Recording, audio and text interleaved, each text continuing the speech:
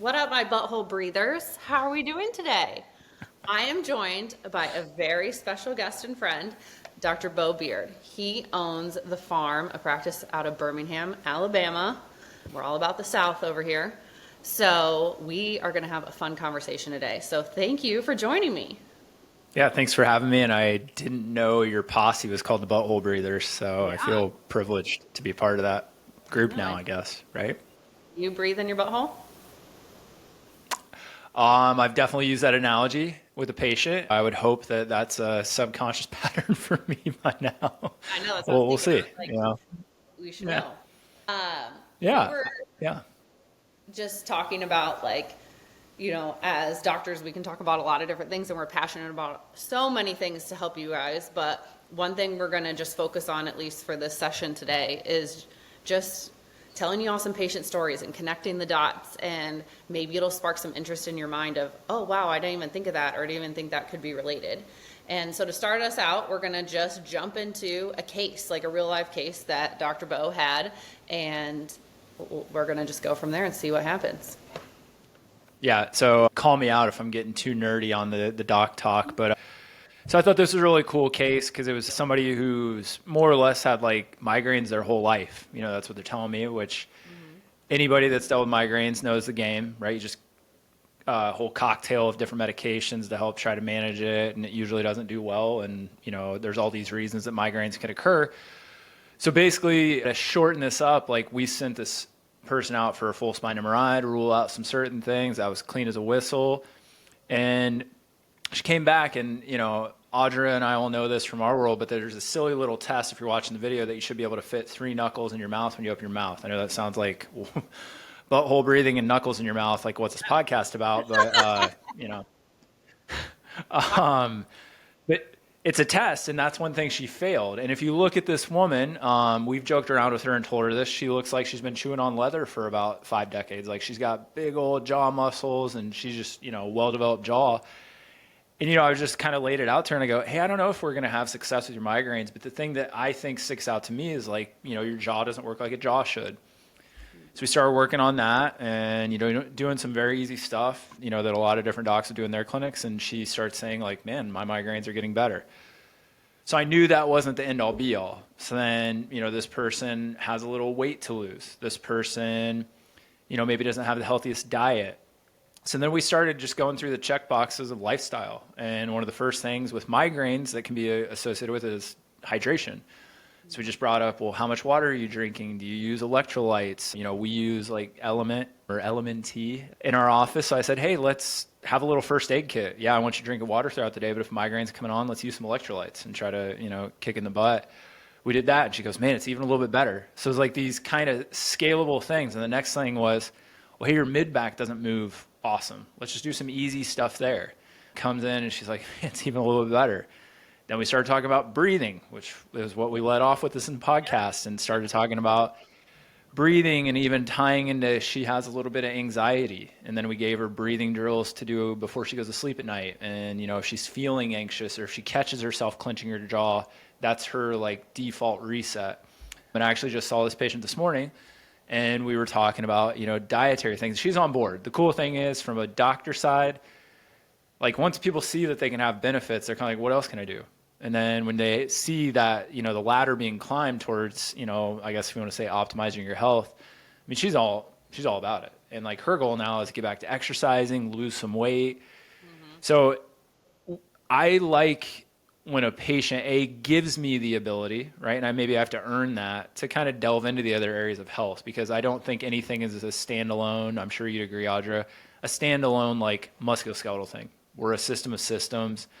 And when I get to explain all that stuff, I think you get to really educate people and you'll have much better long-term outcomes. And I think my goal with every patient is not just to get them out of pain. It's let's make them a healthier individual that, you know, leaves my office. You know, our cheesy tagline is better than before. And that means that if I'm not in their life, they're still doing better. Yeah. And I think I love how you described how you did this, because I think that's where people get, I don't know, a little bit frustrated or a little bit like, no, I'm not going to do that, because they go into a doctor and they give them 20 pages of something to do. And like, you just were like, slowly, a little bit, like your dosing was correct.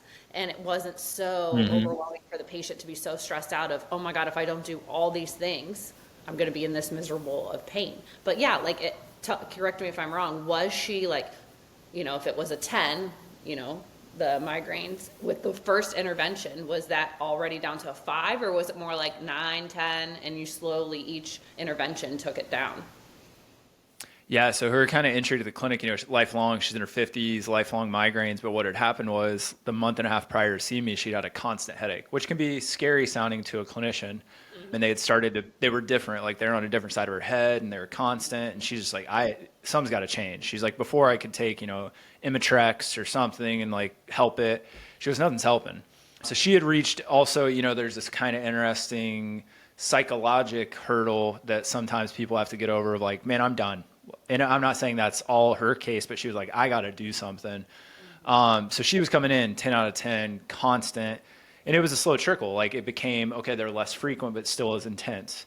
Okay, now their frequency is down, the intensity starts dialing down. Well, now I can control it, doing jaw exercises when it's, I feel the prodromal stuff coming on. So yeah, it was just a little chip away. And I think that gave me more bandwidth to kind of throw more stuff at her. Because let's say she would have came in, 90% better. I don't think she's going to stick with me that long. She's like, I'm just going to do these jaw exercises.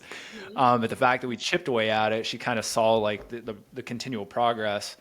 But this goes with all of our patients. It's just sometimes, like the patient isn't ready. Like I said, there may be a hurdle that they need to overcome or a pain point that they got to get to.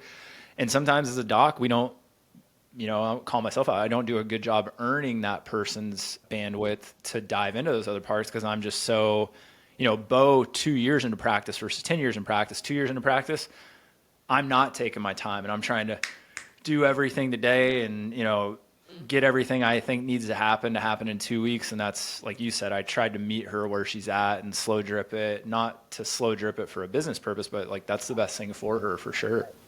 Well, I think a lot of us, we're living in these worlds where we're all like super stressed. There's so much to do, so much, like and putting one more thing on your plate, like she probably was walking in thinking you'd fix it for her. And then it's kind of like our clinic's the same. Like you're going to have to be a participant in this game.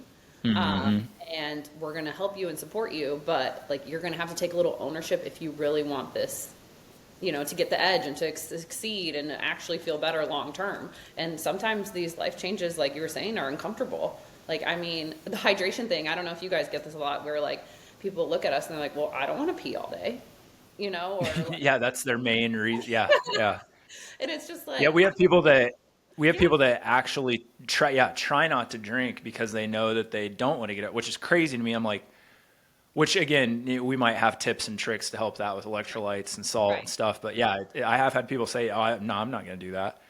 Well, what's your take, Audra, with like this patient in particular, no or diagnosed anxiety, not complaining of that, but just in like how they talk to you and when you pick up lifestyle, do you feel like you pick up a lot of things where you're like, man, this person is running around at a high level of just angst or tension or anxiety, whatever you want to call it? Like, is that a common theme for you? Yeah. And I would say like where I feel like, we all have our little pockets of genius level is like, I feel like I'm really good at reading people. And like when they talk, like I just notice every little thing. I think there's a lot of us that are great doctors, but we all have our little thing that you're like, oh, this is why I'm really good. And this is what I get really excited about. And that is one of them. And it's just like that, noticing that stress level, whether it's good stress or bad stress, but depending, like something really exciting can be happening for someone and they like, it can amp up some of their systems. I see this a lot in like autoimmune cases, where we're doing, like pain too, which I want you to weigh in on, but then also like when shit's hitting the fan in their life and when it rains, it pours. I mean, everything then scoops back up. And I feel like in medicine and even amongst us doctors, we're not talking about that enough of, okay, yes, we have all this, are these screens, all these tests, all these neurological, we're looking at the whole chain of everything. And that's obviously you need that. These are the basics. You need to have that. But then what makes, your clinic, which yours is world-class, like great, is picking up on some of these little things and noticing, oh, how do we loop all this together? Like you were saying, you don't you got to peel back the layers, and every onion of a person, I think, is going to look a little different, and just being able to, stand by them and go through that with them and have the time to do that. What do you think? Where's your genius? Where's your little Well, genius?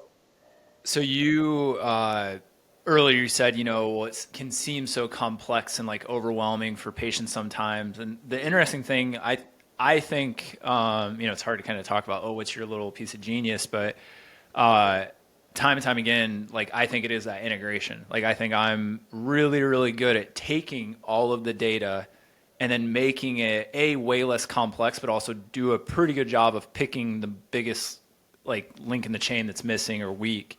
And I think that can be really tough. I mean, in our world, we get coached on that, even in particular subsystems of the body, let alone just the overall human of like the order of operations. But I think I'm really good at that.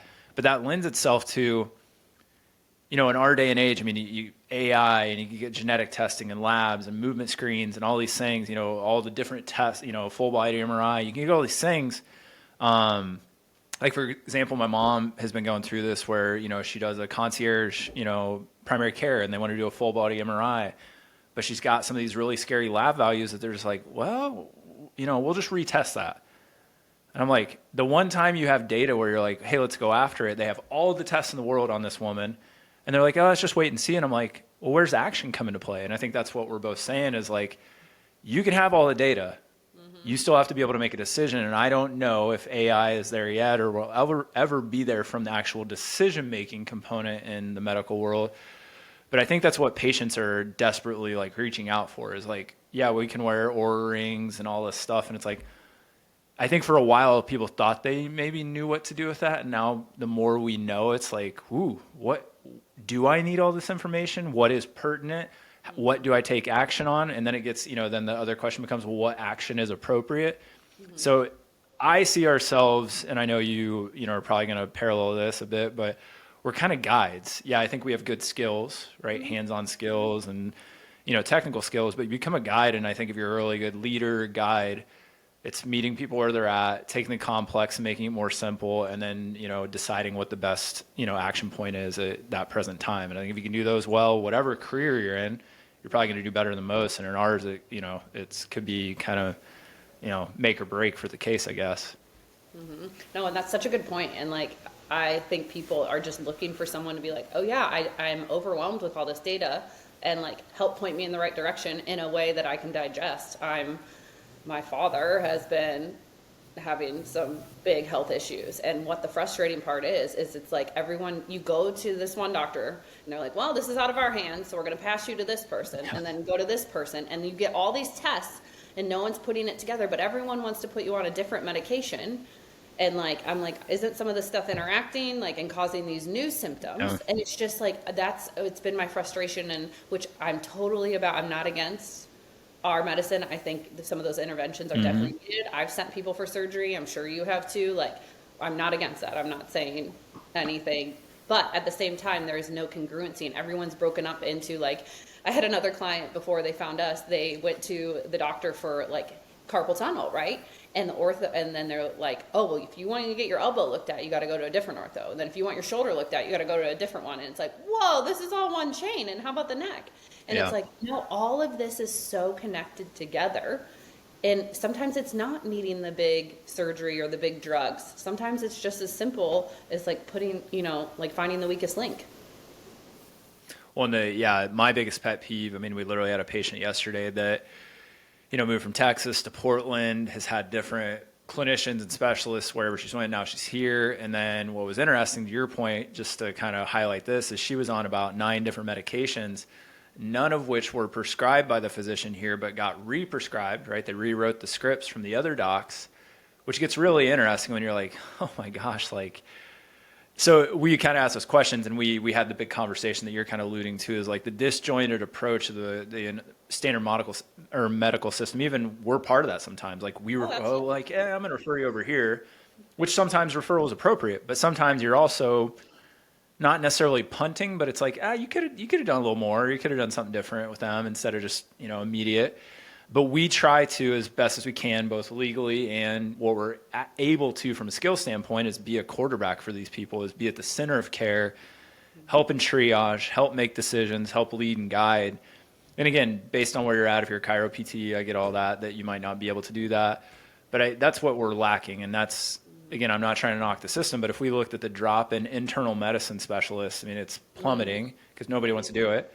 And then primary cares are just losing time. And it's like, I feel for people. We don't, we're in the same scenario. We're not outside of the medical. We're part of it, both from a patient and a practitioner.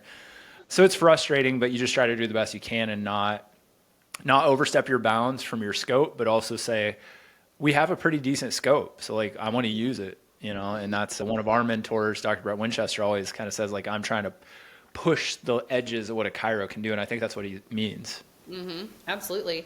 And I mean, I love being a part of a team with every patient and talking to other, practitioners or coaches or whatever. Cause I mean, it's more congruent and you see the patient benefit. I'm sure you see that too all the time.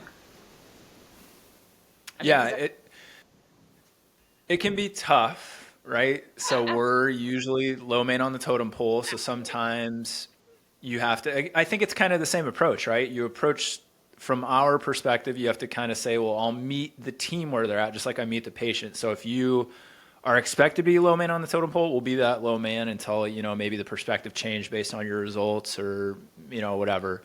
Other times, what I've found more often than not, especially is I've probably gotten more confident and competent, clinically, and is actually the team is like kind of just as lost as the patient.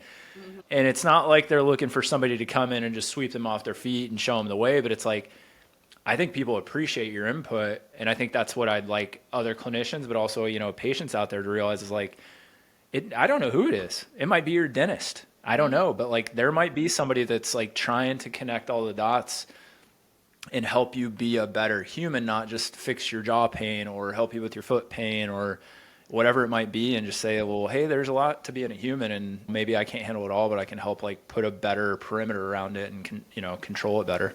Mm-hmm. Yeah. And I mean, that's kind of like my motto and like what we strive for at the clinic of, hey, listen, I know that sometimes we're not going to be able to fix everyone. And so you might not even be meant to be in our clinic. It might not be clinically appropriate. Like we might have to do the referral, but I hope by us having an interaction with anyone from the team that we somehow make your life better or make you understand the full picture, whatever it may be, that you were like had a great impact. And I think that's important, especially in these days and age, like you said, of like doctors are rushing insurance. You have to like see a ton of people in order to pay the bills, and like they're not rewarding you for spending time and like helping the person. It's about a numbers game. Well, the PR campaign that I wish was run for chiropractic, because back in the day it was like, I think all chiros wanted the PR campaign to be like maintenance. Hey, come see us more often to keep you moving and keep you healthy. I wish the PR campaign for us internally and externally to patients was, hey, there's more to musculoskeletal health than just treating the musculoskeletal system. And I think you've heard me say this before, people are getting more unhealthy in general, which means it will be harder for us to use you and I's, manual techniques and exercise to improve people's health, where we may have to focus more on the other aspects of health just to have the impact there, because they're coming in inflamed or, in metabolic distress or whatever it is. And I think that would be the campaign, is to, the patient side of stuff is, if you go to a practitioner like, you or I, or a clinic similar to ours, and somebody is approaching it from a whole health and maybe not purely musculoskeletal standpoint, like don't run for the hills, because people have an expectation coming to our office. I want popped, cracked, soft tissue stretch. That could be great, but if they, if that's not what you need, they're actually probably trying to do the best thing for you. Mm-hmm. And I've had pushback on that. What do you, why are we talking about this? Mm-hmm. It could be the biggest, link in the system that gets you to the place you're looking to go. And that's, at the end of the day, what we're trying to do is help the patient accomplish their goal, right? It's not just get out of pain. It's what do you actually want to do if you were out of pain? And that, that could have a bunch of different rungs in the ladder to climb. Mm-hmm. No, I agree. So that brings up a question for me. In 2024, this year, like just survey from January, just think back for a second of like all your patients in your clinic that you've seen, and there's tons of people listening to this all over the world. What do you wish more people understood that you keep seeing over and over again in clinic, that if they would do one or two things or something that would help them prevent this or maybe accelerate their healing? I don't know what comes up when I'm mentioning some of those things. Yeah, I'm going to sound like a giant hippie. Yes. Especially nowadays, especially with kids, like I think people should be pushed outside. I know that seems like such a broad thing. The reason I say that is I've played around this world, the outdoor medicine field, whatever you call it, sat on boards for environmental companies, and you kind of see that like kids are having a drastic reduction in outdoor time. We see all the psychological benefits. The psychology is probably, if I had to pick, the biggest detriment to our youth. I mean, we're just seeing massive amounts of depression, anxiety, which then ties into suicide, which is just wild. Also, I'm probably looking at it from that vein because I was a kid that grew up playing outside, and now I have two little kids of my own. So I'm highly aware of like, well, if I get them outdoors early and you're more apt to be active. So now we're outdoors, we're active. We know there's benefits of like sunlight. It's kind of like a stacking game that is just like a non-prescriptive. So I can't tell you the last time I told a patient just, hey, go outside. But if I had to push somebody, hey, do you, if I'm goal matching, hey, if you were out of pain, what would you want to do? And if somebody's like, I just like to be able to walk, I'd be like, cool. Then we could goal stack. What could we do? Say, hey, go for a walk with your spouse outside after a meal. And now we're doing all these things. Your, social aspect, your outdoors, whatever we want to call it, fancy zone 2 aerobic stuff, postprandial workout for glucose regulation. And that's what I kind of like is, hey, let's stack it. And my big thing is get kids and adults, anybody outside, because there is a big, benefit to that has been studied.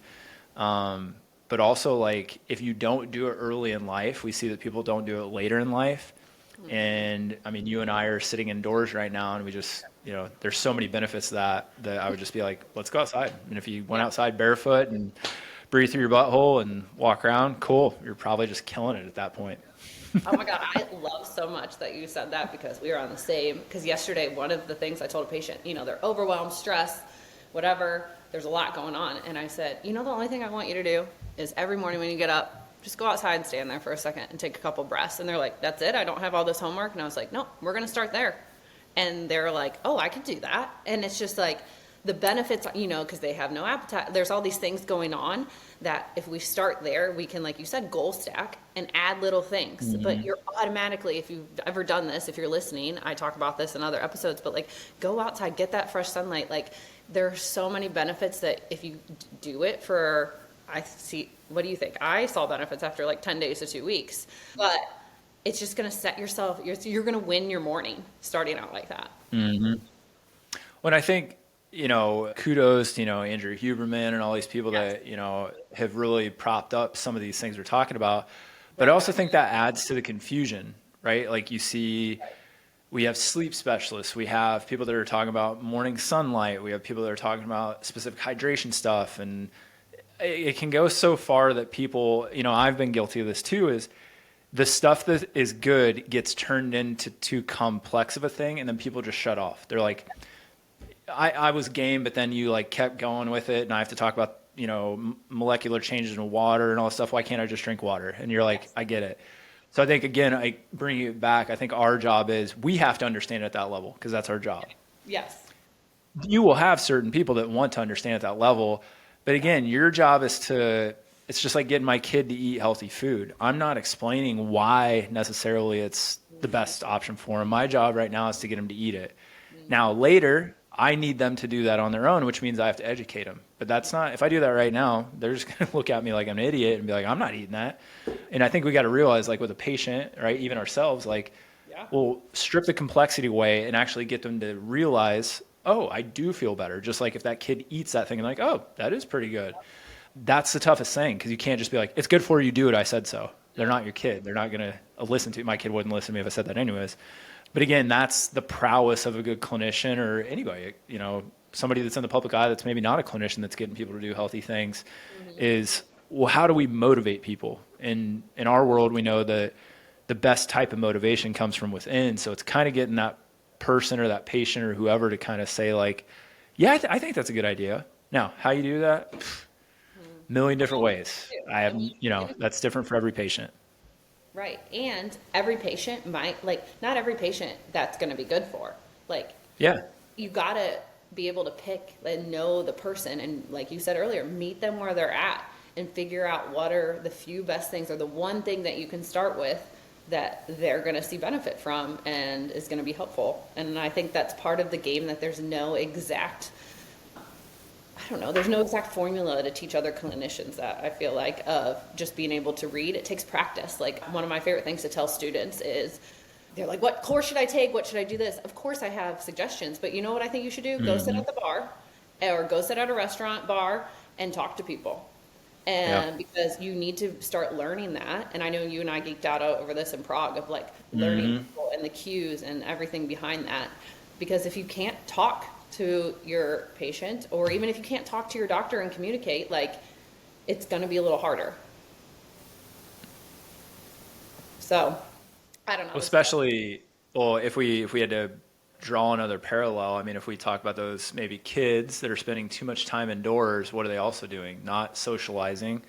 So we're already seeing the ramifications of that. But, another 5 years, we're going to have maybe a whole, and I sound like an old guy now, but a whole generation that maybe that's harder to do, which also makes our job harder.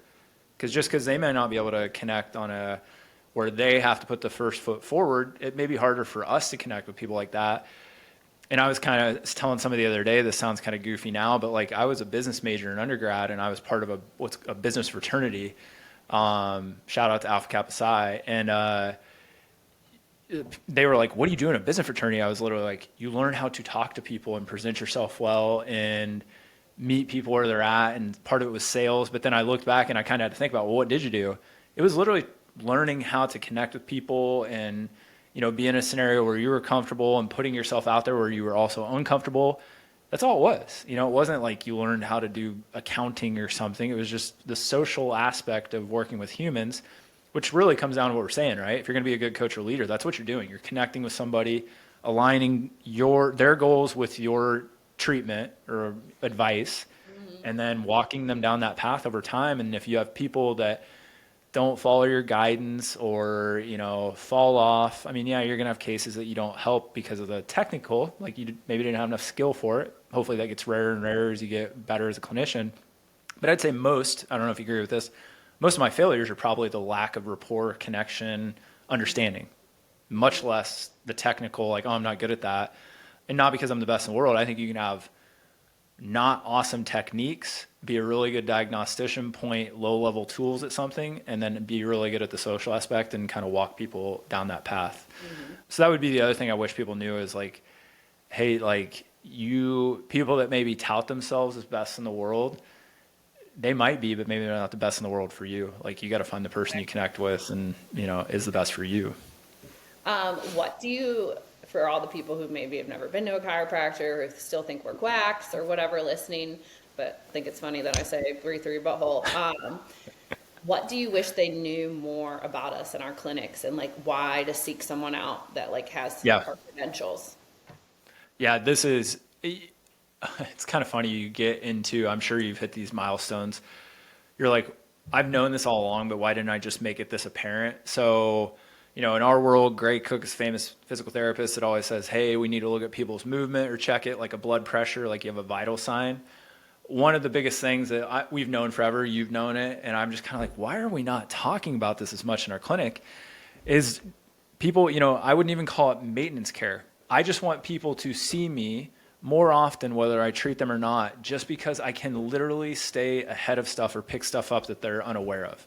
Yes. And then somebody will be like, what are you talking about? I'm not talking about subluxations and things. I'm talking about, great example. So yesterday, they came in for a complaint. This is a high school track and field athlete that's a D1 hopeful. Mm-hmm. She went in with pain around the ball of her foot. And in our world, they called it sesamoiditis. And they wanted to just sit her out for 6 weeks. She's in the thick of it, right? Colleges are looking at her. She's running cross country. And her mom just looked at the clinician and goes, that's not going to work. Mm-hmm. So they come into me and I'm like, I don't really agree with that. But the bigger point was, I was like, if we knew what was going on with her the whole time, right? Like, she's had the same issue for years, right? She came out of dance, how her feet work, all this stuff. They didn't know all that, right? She went to this, and I'm not, blaming her. She went to this ortho visit, and it was kind of like, oh, you have this thing, so we're just going to sit you.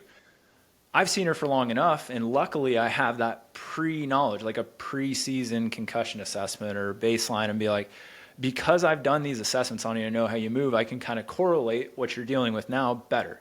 Same thing. I can just kind of see how you're moving, and then pretty soon it's like, I don't think it's that thing. Let's see what happens. And she leaves the clinic like 90% better, and you're like, that's cool because maybe you save a scholarship. Maybe, you just save a season, whatever it is, or you save the person's stress and, angst of having to sit out a season. But the only way I was able to do that is because it was an easy, like, oh, I know what's going on before. I know what's going on now. And if I could get people to realize, like, don't wait for an injury to occur, get ahead of movement, and we use movement as a proxy. You can test all sorts of stuff, and it's having that framework. But most people in our realm wait for an injury, want a PT script, have a surgery, and then we become, the third, fourth, fifth option. I wish I treated it like that earlier in my career, even though maybe I felt a little weird about it, of like more like get in front of it. Let me see how you're doing when you're doing good. And don't even have to treat you that day. Maybe just come in and it's like a checkout or an exam. Yeah. I feel like a lot of us went through that evolution because when we were in school back in the day, now that I feel like we are getting old, it was like, no, we don't want to look, we want people better in 4 to 6 visits or you're a failure. And I used to, oh my God, the stress.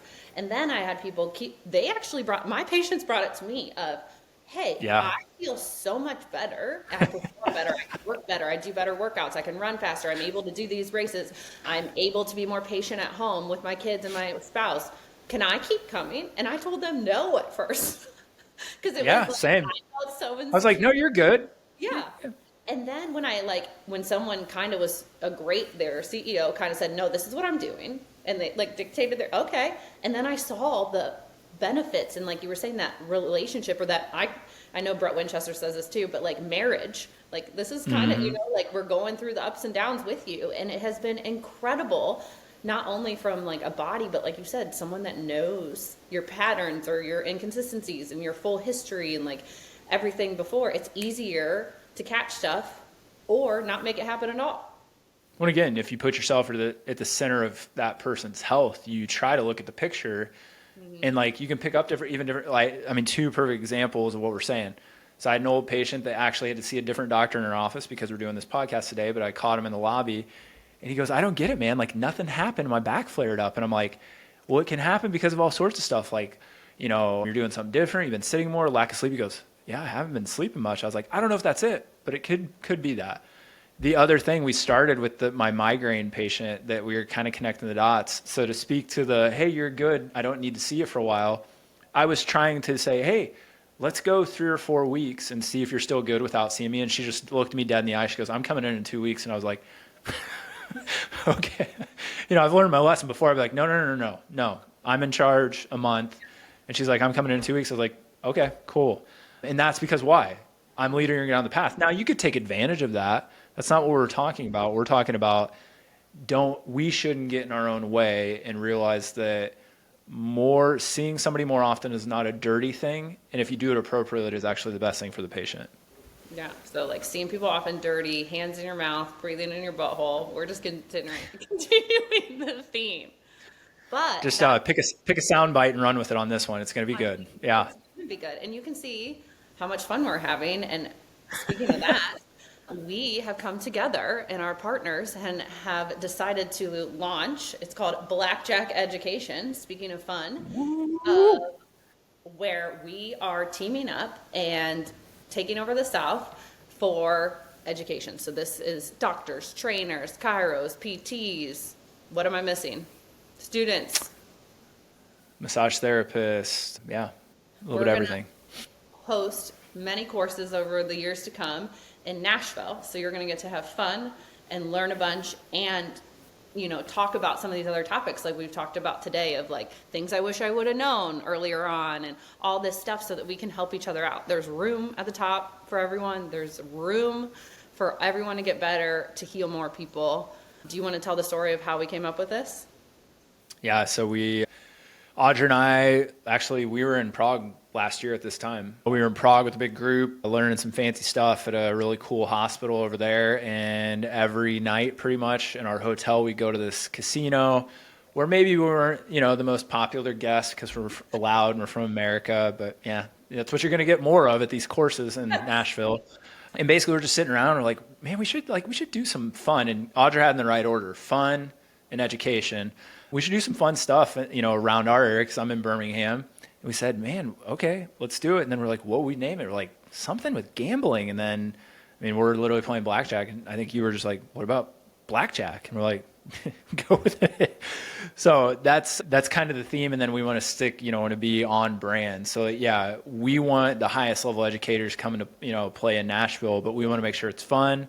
Just like if you can make it a good experience for your patient, or if you're a patient, you enjoy the experience, it actually improves benefits. And that's not just, the placebo effect. That's a legitimate thing. And, that's what we want to see at these things is people have a really good time, great connection. We've got really good ideas of what we're going to do outside of our first course, which is the first weekend in April 4th through the 6th. We mentioned him twice already, Dr. Brett Winchester for DNSA. Yeah, I'm stoked. It's going to be what's in the Gulch. Yeah, it's going to be awesome. Yeah, shout out to Shed Fitness.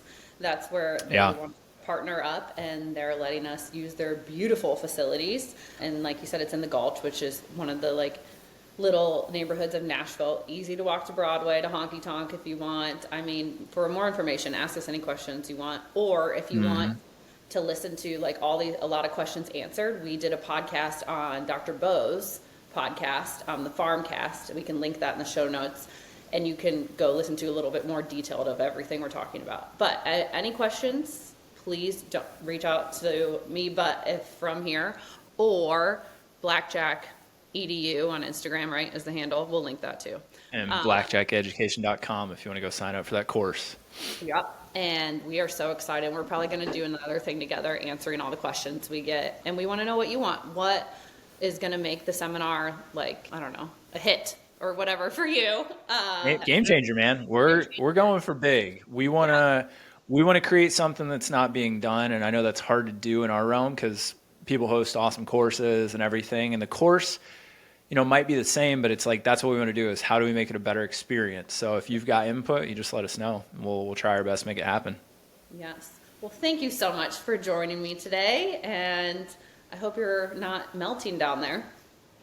Not melting. It's actually been cool this week. I think we're going to get heated up, but I'm actually going to go for a run after this. So we'll see if I'm, turn into a pool of sweat. I'll take my element if I do, though.